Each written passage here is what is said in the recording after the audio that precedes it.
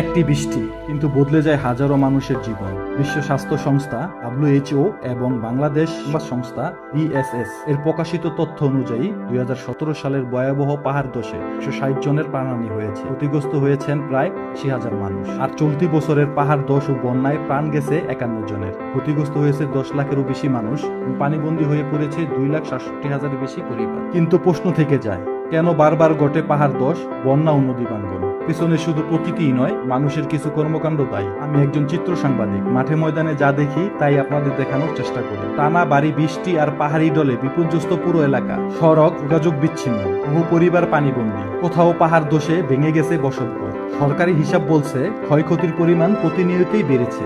এখন চলুন ধাপে ধাপে জেনে নেই পুরো পরিস্থিতির বিস্তারিত। আমরা এখন পাহাড় ধসের এলাকা ছেড়ে বন্যা কবলিত এলাকার দিকে যাচ্ছি।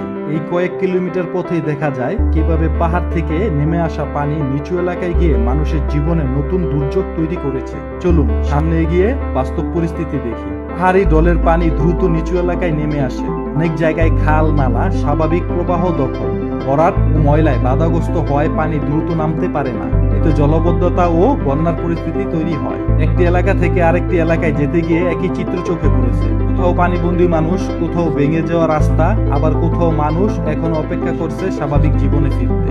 বন্যা শুধু ঘরবাড়ি ডুবিয়ে দেয় না, মানুষের স্বাভাবিক জীবনও থামিয়ে দেয়। অনেক পরিবার নিরাপদ আশ্রয়ে যেতে বাধ্য হয়। অনেকে হারায় তাদের জীবিকার একমাত্র অবলম্বন। মাসের পর মাসের পরিশ্রমে ফলানো ফসল কয়েকদিনে বন্যায় নষ্ট হয়ে যায়। কৃষকের স্বপ্ন ভেসে যায় পানির সঙ্গে। এখন আমরা যাচ্ছি এমন একটি এলাকায় যেখানে বন্যার পানি কমলেও মানুষের কষ্ট শেষ হয়নি, কারণ নদী ভাঙ্গন এখনো থেমেনি। বন্যার পানি কমার সঙ্গে সঙ্গে অনেক এলাকায় নদীর তীব্র স্রোত আর ভাঙতে শুরু করে। একের পর এক বাড়িঘর ও ফসলি জমি নদী গর্ভে বিলীন হয়ে যায়।